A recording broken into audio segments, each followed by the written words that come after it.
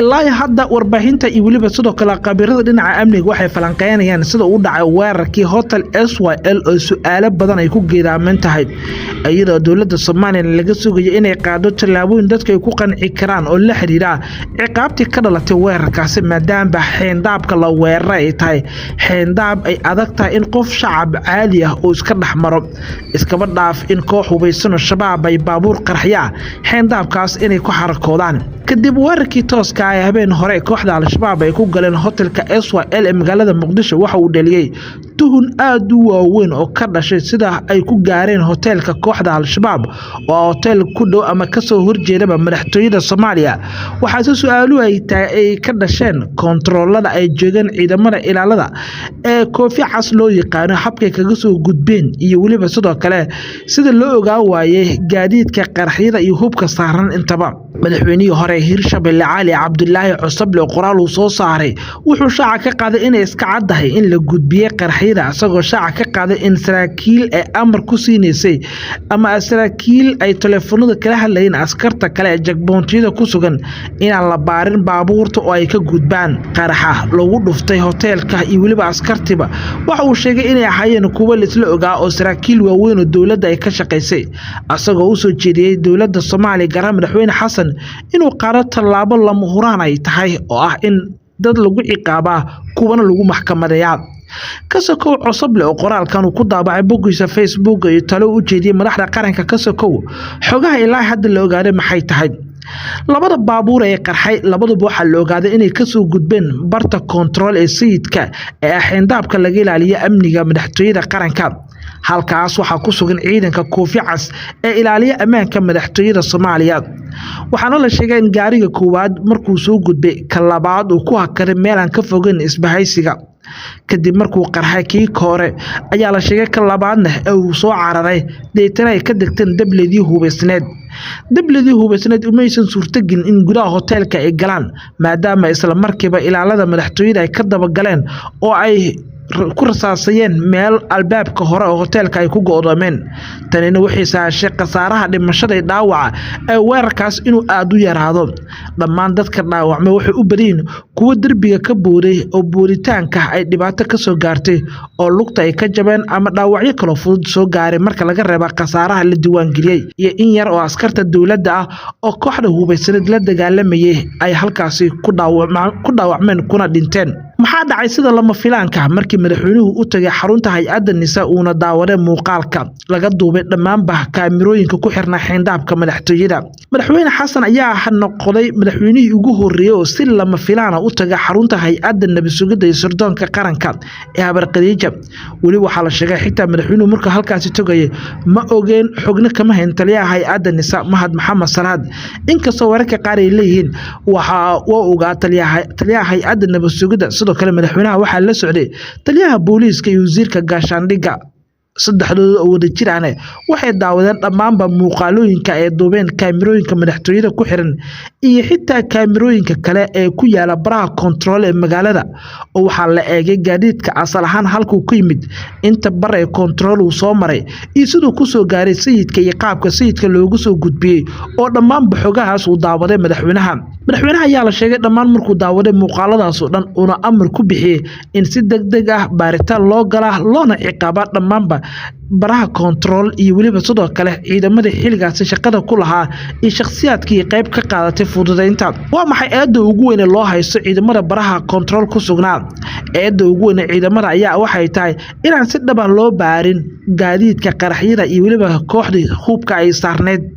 sababtu waxay tahay haddii la baari lahaa ugu yaraan waxaa la arki lahaa qaraxyada baabuurta kuma aysan xirneen sida xogaha hadda la helayo laakiin waxaan kuwa boorsooyin iyo waliba kuba kale oo kuraasta hoostooda la geliyay haddii baaritaano la sameyn lahaa qarxiyada ayaa la arki lahaa si lamina hubka dableed ay ku dagaalamaysay ma aysan wadan waxay ahayn kuwa gaariga lagu dhex qariyay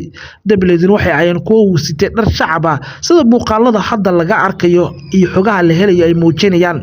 si walbaba madaxweynaha Soomaaliya Xasan Sheekh ayaa la filayaa saacadaha soo aaday inuu qaado tallaabo tallaabooyin waaweyn oo ka dhan ah hay'adaha ammaanka xubno xilalkooda ku weyn kara kuwana lagu ciqaabi karo marka la eega weerarkii dhacay oo banaanka soo dhigay dayacaad dhinac badan iyo weliba sidoo kale isku milanka al-shabaab iyo saraakiisha dowladda marka la eega madaxweyne xasan ayaa la filayaa in galabta mar kale kulan degdeg ah uu la qaato saraakiisha dhinaca ammaanka kadibna xogaha hordhaca la helaya xaqiijinaya in suurtagal ay tahay inay ka dhalato xilka qaadis iyo weliba sidoo kale saraakiilna loo xirxiro weerarkan hadda xogahan helo waxay xaqiijinayaan tan iyo xalay ilaa iyo shalay in xabsiga loo dhigay in ka badan 22 saraakiil iyo weliba sidoo kale askartii baraha control ku qorneed habeenkaasi oo dhammaantoodba xabsiga la dhigay xogaha kale aan ogaana waxa qaybka xitaa gaadiidka asal ahaan halka uu ka yimid nootooyinka kala wareejiyay macluumaadka gaadiidka oo la helay dhammaan waxay ahayn kuwa dabagal lagu sameeyay maxaa sahlay xogaha in si degdeg ah loo ogaado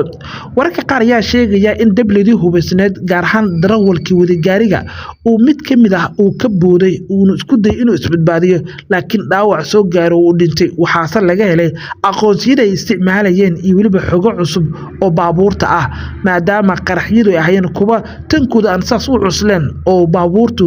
aysan qaraxyo ku diyaarsaneen ay ahayn kuwa la soo saaray oo loo badanayo jaakadaha iyo weliba boorsooyinka qaraxyada lagu diyaariyo sidaa darteed waxaa la ogaaday in aqoonsiyada xafiisyada madaxda qaranka inay isticmaalayeen kooxda oo meelaha qaar ay kaga soo gudbeen iyo in sidoo kale uu jiro wada shaqayn saraakiisha kale sida xogaha laga helay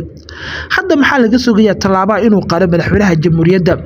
ilaha ku dhow villa Soomaaliya ayaa waxay noo xaqiijin madaxweyne Xasan Sheekh Maxamuud laga sugayo in 3 tallaabo uu qaado tallaabada koowaad waxaa la sheegay in suurtagal ay tahay xilka laga qaado taliyaha hay'adda nisa Mahad Maxamed Salaad iyo madaxweyne Xasan maalmihii dambe waxaa la sheegay inaysan si fiican in aysan isku fiicneen marka la eega xogaha la helayo haddase waxaa suurtagal ah in carada madaxweynuhu ka qaado weerarkaas iyo dayacaadda muuqataba in taliyaha hay'adda nisa ay suurtagal ay tahay in xilkiisa uu ku waayo waxa kale oo suurtagal ah in jiraan saraakiil kale oo hoosaadya iyo kuwa kale oo ina lagu ciqaabi karo weerarkan si walbaba ha ahaatee waxaa la xasuustaa weerarkii Hotel Villa Rice oo sidoo kale dowladda Soomaaliya saraakiil ay u xirxirtay kuwana lagu maxkamadeeyay inkastoo ilaa hadda maxkamadeyntooda la ogeyn halka ay ku dambeysay marka la eega laakiin weerarkan ayaa ku soo aadaya xilli amniga caasimadda u ahaa mid hagaagsan toddobaadyadii ugu dambeeyay magaalada Muqdisho ammaankeeda ayaa ka soo reynayeen hotelka la weeraray in ka badan 4 ilaa 3 mar ayuu weerar ka dhacay mar wuxuu ahaa 2016 oo la xasuustaa marna wuxuu ahaa 2019 oo la xasuustaa oo shabaab ay halkaas weerar ka geysteen marna waa 2024 weerarkan mid la mid ah isla xindaabka madaxtooyada laga geysan waxa ugu dambeysay sanadkii 2022 oo markaas oo Villa Rice oo hotel ku dhigan madaxtooyada ay kooxda al-shabaab ay galeen ayna ka dagaalameen dowladda Soomaaliya ayaa saqaari doonta saacadaha soo aadan gaar madaxweyne Xasan tallaabooyin lagu ciqaabayo saraakiisha ku lug yeelan karta weerarkan iyo weliba sidoo kale xubno suurtagal ah in xilka loogu qaado waxaa la sugayaa tallaabada uu qaado madaxweynaha maadaama madaxweyne Xasan uu noqday madaxweynihii ugu horeeyay ee xitaa aan sugin riboodka weerarada iyo xogta macluumaadka